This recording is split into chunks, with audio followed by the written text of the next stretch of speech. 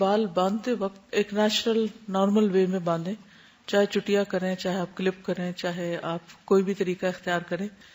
لیکن پہلے بھی اس پر بات ہوئی تھی کہ بالوں کو بہت اونچا کر کے نہیں باندھا جائے، یعنی اس طرح کہ وہ نمایاں ہونے لگے، یہ درست نہیں.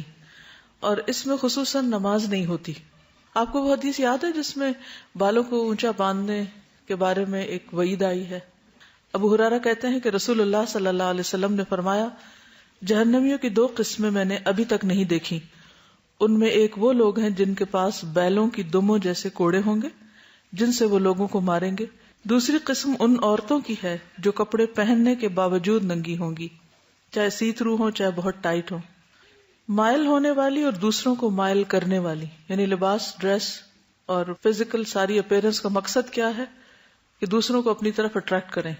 ان کے سر بختی اونٹ کے کوہان کی طرح ہیں، یعنی بہت اونچے اٹھے ہوئے.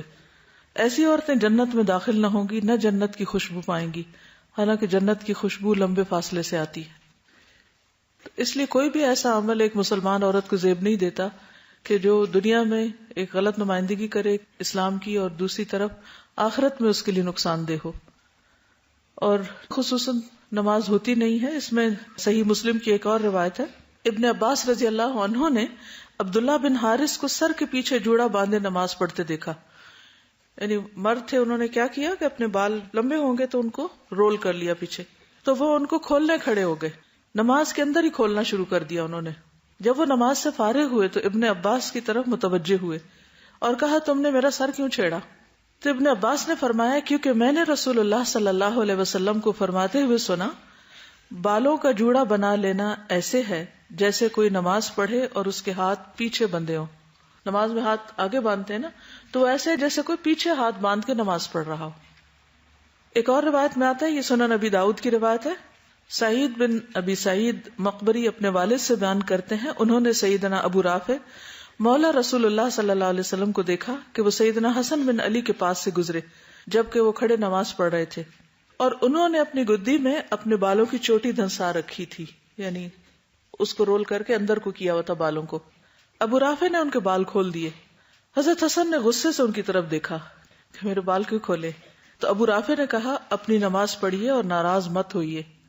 بے شک میں نے رسول اللہ صلی اللہ علیہ وسلم سے سنا ہے کہ جوڑے کا یہ مقام شیطان کی بیٹھک ہے، اس جگہ شیطان بیٹھتا ہے. جی پیچھے جہاں سے یہاں اوپر کر کے نہیں باندھتے.